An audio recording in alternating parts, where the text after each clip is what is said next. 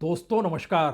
कितनी व्यापक तैयारी हो सकती है आज रात को लेकर, क्योंकि तेहरान में जिस वक्त 3:30 बजे होंगे रात के, उस वक्त अमेरिका में 8 बज रहे होंगे शाम के।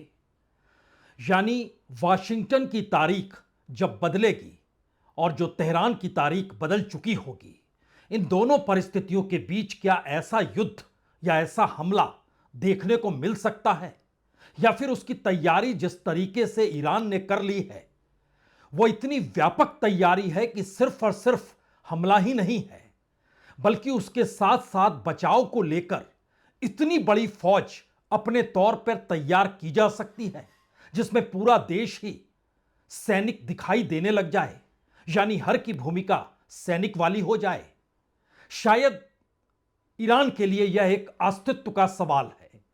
इसीलिए ईरान के नागरिकों को जो संदेश है, वहां के युवाओं को जो संदेश है, वह सीधे तौर पर रेवोल्यूशनरी गार्ड्स की तरफ से ऐसा संदेश है जिसमें यह एक लिहाज से आखिरी लड़ाई है।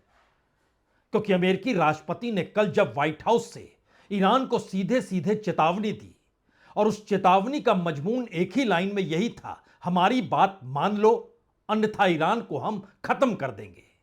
ईरान को खत्म कर देंगे तो इसकी एवज में कौन सी तैयारी ईरान के भीतर हुई है।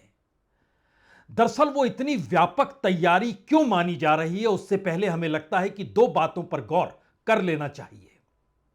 पहली बात तो यह है कि दरअसल नब्ज होर्मुज़ रूट है। अमेरिका के 15 सूत्री प्रस्ताव में एक ही लाइन ऐसी थी जिसको लेकर ईरान मानने को तैयार नहीं, वो था होर्मुज़ रूट को खोल देना। और जो 10 सूत्री बातें ईरान की तरफ से कही गई, उसमें 5 सूत्र तो ऐसे हैं जो सीधे होर्मुज़ रूट से जुड़े हुए हैं, और वो अमेरिका को बर्दाश्त नहीं है। यानी दोनों किसी समझौते पर हस्ताक्षर नहीं करेंगे, यह बात तय हो गई। अब जो बड़ी बात है, क्या वाकई आज की रात 8 जब वाशिंगटन में बजेंगे और भारत में सुबह के 5:30 बज रहे होंगे, उस वक्त तेहरान में सुबह होने को होगी और 3:30 रात का वक्त होगा। इसीलिए यह सवाल बड़ा हो चला है कि जो जानकारी रूस की तरफ से लगातार सैटेलाइट माध्यमों के जरिए, चाहे इजराइल के भीतर कहां कहां एनर्जी पावर पॉइंट्स हैं जिस पर अटैक होना है, कहां कहां पर सऊदी अरब में वह कौन से एनर्जी पॉइंट्स हैं जहां पर अटैक ईरान कर सकता है, या खाड़ी देशों के भीतर भी जो हमले हो सकते हैं, या फिर इजराइल की सेना जहां जहां जिस रूप में मौजूद रहे उसको निशाने पर कैसे लिया जा सकता है। क्या यह पूरी जानकारी ईरान को अगर रूस दे रहा है तो उसके आगे की कड़ी यह भी है कि अपने तौर पर जो तैयारी ईरान ने की है, रूस भी उसे देखकर भौचक है। और इन सब के बीच जो मदद चीन से मिल रही है, उसके जरिए उसके पास मिसाइल की खेप बड़ी हो चली है। लेकिन इन मिसाइलों को संभालने के लिए जो एक पूरी फौज चाहिए, क्या वो इन बीते 30 दिनों में खड़ी की जा चुकी है? हमें लगता है आज एक एक सिलसिले को समझने की जरूरत इसलिए है क्योंकि वाकई आज की रात युद्ध की एक निर्णायक रात है। अब उस निर्णायक परिस्थिति में अमेरिका या तो अपने सीजफायर की तारीख को बढ़ा देगा या फिर यह निर्णायक रात में तब्दील हो सकती है। लेकिन इन परिस्थिति के बीच पहली बार रूस के राष्ट्रपति पुतिन कहते हैं कि दुनिया किसी एक देश के इशारे पर नहीं चलेगी। कितनी भी बड़ी बड़ी इकोनॉमी के साथ कोई भी देश खड़ा हो जाए, वो चाहे चीन ही क्यों ना हो, लेकिन दुनिया किसी एक देश के निर्देश पर नहीं चलेगी। पुतिन के इस मैसेज का मतलब है क्या? I wouldn't really speak about any domineering pose. It doesn't mean that this new multipolar world should have any hegemons, because no one is speaking about this, not in BRICS, not in the SCO. Everyone has equal rights in this multipolar world. And from international law point of view, everyone must have equal rights, must be in the similar position.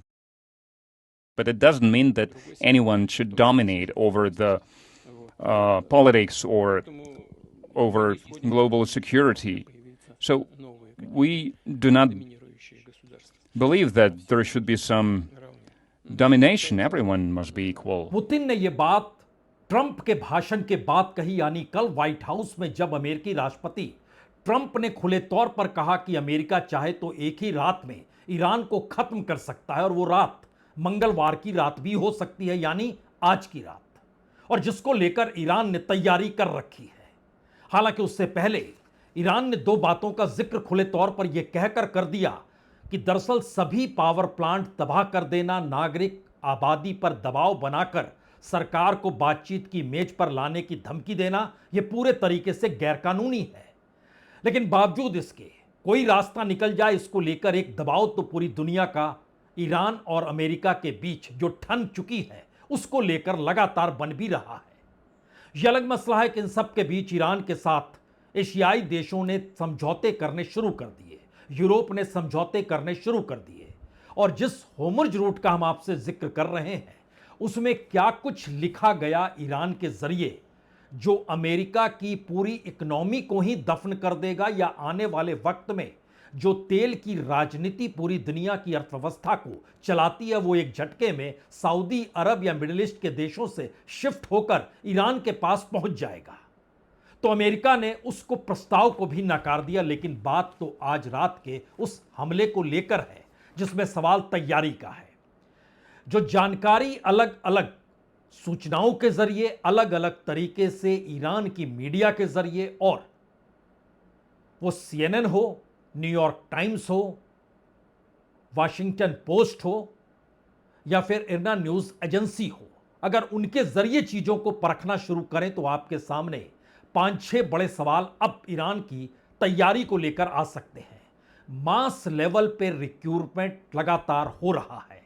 Mass level का recruitment का मतलब यह होता है कि जो नागरिक अभी तक सिर्फ सेना के भरोसे थे, अब वह भी अपनी देश की सुरक्षा के लिए मिलिट्री में शामिल हो जाएं या खुद को अब सैनिक मानने लग जाएं। और इसके ठीक समानांतर युवाओं से, खास तौर से जो गुहार ईरान की सरकार ने या कहें रेवोल्यूशनरी गार्ड्स ने अपने तौर पर लगाई है, वो सिर्फ और सिर्फ उन पावर प्लांट्स या एनर्जी के संयंत्रों को लेकर एक ह्यूमन चेन बनाने तक नहीं है। उसके आगे की कड़ी है कि जरूरत पड़ेगी तो वह भी उस ट्रेनिंग में शामिल हैं जिस ट्रेनिंग के जरिए युद्ध तब व्यापक हो जाएगा जब अमेरिकी पैदल सेना या तो ईरान में घुस जाए या फिर खर्ग द्वीप पर घुसने के लिए वो लगातार हमले शुरू कर दे। तो तैयारी उसकी भी है, और इसीलिए खर्ग आइलैंड को लेकर जो विस्फोटक वहां पर है, जो गाइडेड मिसाइल वहां पर है, जो विस्फोटक माइंस तैयार की गई है, और इन सब के साथ तैयारी इस रूप में भी है कि वहां पर ड्रोन और छोटे विस्फोटक कैसे काम करेंगे, मिसाइल सिस्टम खासतौर से पोर्ट और खर्ग आइलैंड को लेकर कैसे काम करेगा। यह चौंकाने वाला इसलिए है क्योंकि इसकी तैयारी अपने तौर पर टैंकर वार के तौर पर है, जहां स्पीड बोट्स हैं, स्वर्ण टैक्टिस है, आर्वेश नेवी की मौजूदगी है। यानी यह दो लिहाज से लड़ा जाता है, जहां एक हिट एंड रन टैक्टिस है और दूसरी तरफ समुद्र के बीच एक गुरिल्ला वारफेयर है, क्योंकि इसमें coastal defence, anti ship cruise missile, mines, और इसके साथ साथ जो टकावर स्पेशल फोर्स की यूनिट है जिसको SNSF कहते हैं, यह सिपाह नेवी स्पेशल फोर्स के तौर पर जानी जाती है। इसमें बड़ी तादाद में जिन लोगों को शामिल किया गया है, पहली बार जो रिक्रूटमेंट के बाद यह स्थिति इराक ईरान वार के वक्त भी नहीं आई थी। यह पहली बार ऐसी स्थिति आई है जिसमें बाज़ी मुस्तज़मीन, जिसमें पैरामिलिट्री वॉलंटियर मिलिशिया के तौर पर जिसको माना जाता है, उसकी स्ट्रेंथ तकरीबन 6 लाख है। लेकिन यह स्ट्रेंथ पूरे देश को अगर उसमें अब शामिल करने की दिशा में बढ़ रही है तो यह स्ट्रेंथ लगभग 2 करोड़ यानी 20 मिलियन तक पहुंच जाएगी। और ये न्यू टारगेट्स को लेकर इसमें राइफल चलाने से लेकर कांधे से मिसाइल दागने तक की पूरी ट्रेनिंग का हिस्सा है। और इसके साथ जो क्रूड्स फोर्स है, जो शाह इंपीरियल गार्ड्स के तौर पर जो 5000 लोग इससे पहले हुआ करते थे, उनको दरअसल स्पेशल ऑपरेशनल यूनिट के तौर पर माना जाता था। लेकिन इस बार उससे हटकर उसको भी मास लेवल पर ट्रेनिंग की परिस्थिति में तय किया जा रहा है। यानी एक बिल्कुल नई परिस्थिति में सब कुछ को खड़ा कैसे युद्ध के तौर पर किया जाए, यह ईरान के भीतर और तेजी इसमें आ चुकी है। अब यहां पर एक दूसरा बड़ा सवाल यह है कि अगर रात के 3:30 बजे जब अमेरिका में 8 बजेंगे, अगर उसके बाद वाकई एक के बाद एक मिसाइलें दागनी शुरू हो जाती है इजराइल और अमेरिका की तरफ, तो दूसरी तरफ निशाने पर कौन कहां किसे किस रूप में लेगा, इसकी बाकायदा ट्रेनिंग है। और यह ट्रेनिंग महत्वपूर्ण स्पॉट अपनी जमीन को ना खोने वाला खार्ग आइलैंड और पोर्ट का वो हिस्सा है। दूसरी तरफ निशाने पर लेने के लिए इजराइल और मिडिल ईस्ट के देश हैं, उसमें जिन जिन जगहों पर अटैक होगा उसकी जानकारी जो इजराइल का मीडिया भी खुले तौर पर यह कहने से चूक नहीं रहा है कि दरअसल पूरी जानकारी मॉस्को के जरिए ईरान तक पहुंची है और ईरान तक विस्फोटक पदार्थ चीन के जरिए पहुंचे हैं। यानी ये दोनों युद्ध में शामिल नहीं, लेकिन अब जितनी व्यापक तरीके से तैयारी ईरान अपने तौर पर कर रहा है, तो सवाल यह है क्या वाकई पैदल सेना अमेरिका की ईरान के भीतर घुस पाएगी? क्या वाकई इतनी बड़ी तादाद में युद्धपोतों की मौजूदगी खार्ग आइलैंड पर कब्जा कर पाएगी? क्या वाकई अमेरिका का जो सुरक्षा कवच है वह खाड़ी देशों को बचा पाएगा? इजराइल अपने तौर पर जो हाइफा हो या तेहरान हो जो शहर है, वो शहर दर शहर जितनी बड़ी तादाद में मिसाइलें दागी गई है, वो कल रात 100 से ज्यादा मिसाइलें थी। लेकिन इसका मतलब यह भी नहीं है कि अपने तौर पर इजराइल हमले नहीं कर रहा है। इजराइल बाखूबी हमला कर रहा है और इन सब के बीच पहली बार इजराइल ने खुले तौर पर ईरान के नागरिकों की चेतावनी के लिए एक पोस्टर जारी कर दिया और उस पोस्टर में खुले तौर पर लिख दिया कि कम से कम आप रेलगाड़ी के करीब या फिर रेल में सफर ना करें, 12 घंटे अगले आप पटरियों से दूर रहें। हम आपको वो पोस्टर दिखलाते हैं, लेकिन उसमें जो लिखा हुआ है उसमें कहा गया है, प्रिय नागरिक, आपकी सुरक्षा के लिए हम आपसे अपील करते हैं कि अभी से लेकर रात 9 बजे तक पूरे देश में ट्रेन से यात्रा ना करें। ट्रेन और रेलवे लाइनों के पास आपकी मौजूदगी आपकी जान के लिए खतरा हो सकती है। यानी सवाल सिर्फ पावर प्लांट, एनर्जी या फिर जल यानी वाटर तक नहीं है, बात उसके आगे के इंफ्रास्ट्रक्चर होते होते बात अब रेलवे तक पहुंच गई है। देख लीजिए जो इजराइल ने जारी किया है पोस्टर।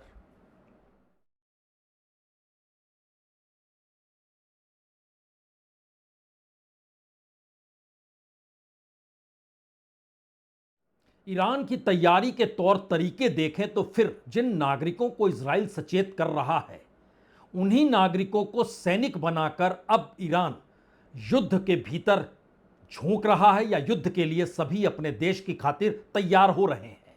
ये दो अलग अलग परिभाषाएं इसलिए क्योंकि अमेरिका और इजराइल ये मानकर चल रहे हैं कि वहां के नागरिक युद्ध लड़ना नहीं चाहते हैं, वो सत्ता परिवर्तन चाहते हैं। लेकिन दूसरी तरफ ईरान के भीतर हर ईरानी ये मान रहा है इस बार संकट देश के ऊपर उसके अस्तित्व को लेकर है। शायद इसीलिए तकरीबन 15,000 से ज्यादा जो युवाओं की तैयारी है, उनके पास short medium range mobile ballistic missile वो कैसे दाग सकते हैं चलते चलते, इसकी भी तैयारी है। और इसके दायरे में बड़ी रेंज की मिसाइलें भी हैं जो कि चलते हुए दागी जा सकती हैं। इसमें शाहिब 3/3B रेंज जो है इसकी 2100 किलोमीटर की है। 80 एयरक्राफ्ट इनके दायरे में है।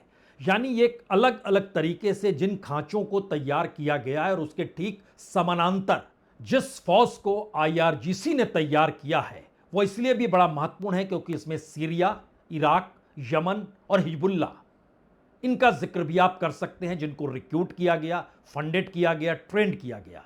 और इसके ठीक समानांतर जो पैरेलल में रेवोल्यूशनरी गार्ड्स की सेना लगभग 1,90,000 जो एक्टिव पर्सनल हैं, जो ग्राउंड लेवल पे सक्रिय हैं, उनके पीछे बैकग्राउंड के लिए जो नई ट्रेनिंग युवाओं को दी जा रही है, जिनकी तादाद लगभग 50 लाख के लगभग होनी चाहिए, यह अलग अलग स्ट्रक्चरली इनको डेवलप किया जा रहा है।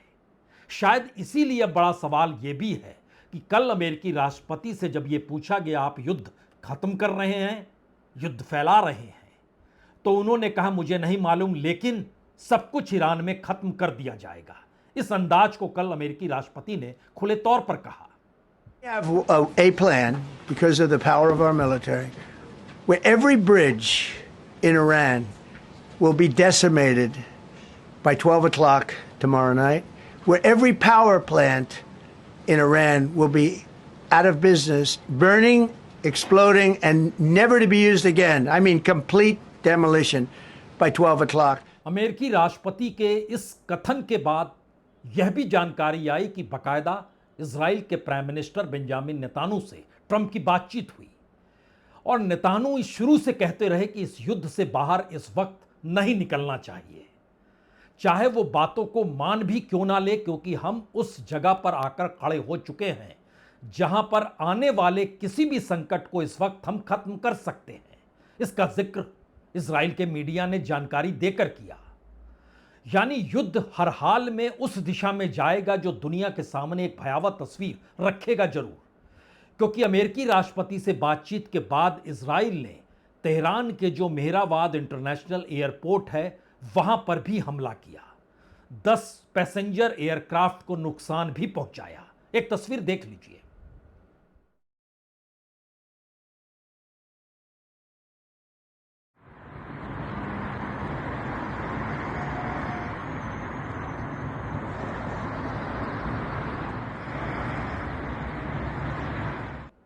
यह तस्वीर कल रात की है, ट्रंप के भाषण के बाद की है। इजराइल ने जो हमले तेहरान पर किए और इसके काउंटर में जो ईरान ने हमले तेल अवीव और हाइफा पर किए, वो तमाम तस्वीरें हर कोई देख रहा है। लेकिन महत्वपूर्ण यह है कि सुबह होते होते पहली बार सऊदी अरब को बहरीन से जोड़ने वाला ब्रिज जो है किंग फहद, उसको आवाजाही के लिए बंद कर दिया गया और यह कहकर बंद किया गया कि ईरान इस पर हमला कर सकता है। ईरान ने 8 ब्रिजेस की निशानदेही की थी और उसके बाद यह ऐलान किया था कि जो ब्रिज उनके यहाँ गिराया गया, जो कराच शहर से तेहरान को जोड़ता था, हम 8 ब्रिज को, जो कि मिडिल ईस्ट के भीतर 4 देशों को जोड़ने वाले महत्वपूर्ण ब्रिज हैं, उनको हम निशाने पर ले लेंगे। और पहली बार सऊदी अरब ने बहरीन से जोड़ने वाले ब्रिज किंग फहद को बंद कर दिया।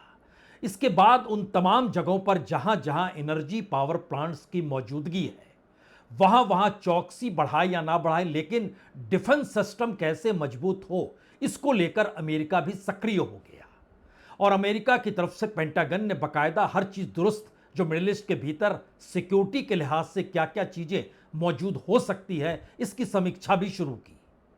लेकिन दूसरी तरफ कल रात ही जो मिसाइलें गिरी, उस मिसाइल के टारगेट में 24 से 37% की सफलता हासिल हुई, जो इससे पहले कम होती थी। यानी डिफेंस सिस्टम अमेरिका का खाड़ी देशों के ऊपर उतना मजबूत अब रहा नहीं है। यह मैसेज हमलों से आहत होती खाड़ी देशों की जमीन और वहां के अलग अलग स्ट्रक्चर और पावर प्लांट इस बात की निशानदेही कर सकते हैं।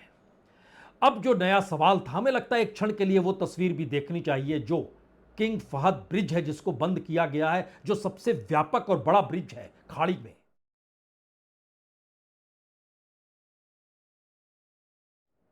हो सकता है यह बात अब हर जहन में हो, क्या वाकई पूरे ईरान पर एक झटके में हमला हो जाएगा? क्या ईरान उसके जवाब में पूरे मिडिल ईस्ट को और इजराइल को एक साथ हमले पर ले लेगा? शायद यह सवाल अभी भी अनसुलझा है, या कहीं यह मुश्किल भरा सवाल है, क्योंकि ऐसी स्थिति सामान्य तौर पर कभी नहीं होती है। स्ट्रेटजिकली आपको हर पॉइंट पे कब्जा करके आगे बढ़ना होता है। एक साथ किसी देश को आप एक झटके में हमला कर दें और उसको अपने कब्जे में ले लें, ऐसा कभी भी युद्ध के इतिहास में हुआ नहीं है। तब शायद पूरी नब्ज इस युद्ध की खर्ग आइलैंड और होर्मुज रूट की दिशा में ही जा रही है, क्योंकि जिस बात का जिक्र हमने आपसे शुरू में यह कहकर किया कि जो अमेरिकी प्रस्ताव है उसमें होर्मुज रूट खाली कर दो, यह 2 पॉइंट्स में लिखा गया था, जिसको ईरान ने नहीं माना और कहा हस्ताक्षर नहीं हो सकते हैं, हम इसे रिजेक्ट करते हैं। यह अलग मसला है कि उसके बाद उनकी तरफ से यह बात कही गई कि अब युद्ध कभी भी शॉर्ट टर्म नहीं खत्म होगा, बल्कि यह हमेशा लॉन्ग टर्म, यानी हमेशा के लिए यह जंग पूरी तरह खत्म हो तभी यह खत्म होगा और हमले ना होने की गारंटी होनी चाहिए। और भी कई बातों का जिक्र हुआ, लेकिन महत्वपूर्ण क्या है, इस होर्मुज रूट की महत्ता को एक बार फिर समझ लीजिए, क्योंकि जो 10 पॉइंट्स ईरान की तरफ से जारी हुए और जिसको अमेरिकी राष्ट्रपति ने कहा प्रस्ताव तो महत्वपूर्ण है, लेकिन यह काफी नहीं कि हम शाम 8 बजे यानी तेहरान में जब 3:30 बज रहे होंगे तो हम अटैक का फैसला रोक दें। बिल्कुल नहीं, ऐसा नहीं होगा। दरअसल जो 5 पॉइंट हैं वो बड़े महत्वपूर्ण हैं, जो होर्मुज रूट से ही जुड़े हुए हैं। ये बताते हैं कि अब ईरान होर्मुज रूट पर अपनी ही चलाएगा, और वो जान गया है कि इस युद्ध में उसके बने रहने का मतलब होर्मुज रूट है। इस युद्ध में हार का मतलब होर्मुज रूट को खुल जाना है। इसीलिए उसने लिखा कि होर्मुज रूट खुल जाएगा। उसके बाद के पॉइंट में लिखा हर जहाज पर $2 मिलियन फीस लगेगी। उसके बाद लिखा फीस वह ओमान के साथ बांट लेंगे। उसके बाद लिखा कि सुरक्षित आवाजाही का पूरा सिस्टम ईरान का ही होगा, और जो $2 मिलियन मिलेगा उससे ईरान जो इस पूरे युद्ध में या इससे पहले जो सैंक्शंस लगे हुए थे उसके जरिए जो उसको घाटा हुआ है उसकी वो भरपाई ईरान को नए सिरे से खड़ा करने में लगाएगा। यानी होर्मुज रूट महत्वपूर्ण है, और ईरान के लिए युद्ध खत्म होना, सैंक्शंस का खत्म होना, अपने सहयोगी देशों पर हमला ना होना, ये 4 चीजें महत्वपूर्ण है। अमेरिका के लिए पहला और आखिरी महत्वपूर्ण है कि अगर होर्मुज रूट खुल जाता है तो एक झटके में वह पूरी दुनिया के सामने एक बार फिर खुद को नायक कहेगा कि देखिए हमने खुलवा लिया। लेकिन इस होर्मुज रूट के आसरे जो पहली बार करेंसी की लड़ाई भी शुरू हो गई युआन और डॉलर के बीच, उसने मैसेज और बड़ा कर दिया। और इसके बाद जो इंडिविजुअल कंट्रीज ने ईरान के साथ समझौते शुरू किए कि हमारे जहाजों की आवाजाही आप देना शुरू कीजिए, इसमें दर्जन भर देश दुनिया भर के आके खड़े हो गए।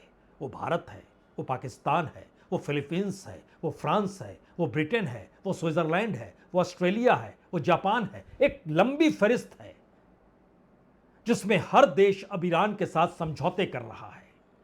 और शायद इसीलिए पहली बार चीन और रूस को भी अब यह महसूस होने लगा है कि दरअसल अमेरिकी ताकत जो टैरिफ वार से शुरू हुई थी या ट्रेड वार तक पूरी दुनिया को अपने अनुकूल चलाना चाहती थी, उसको अगर किसी ने चुनौती दी है तो वो ईरान है।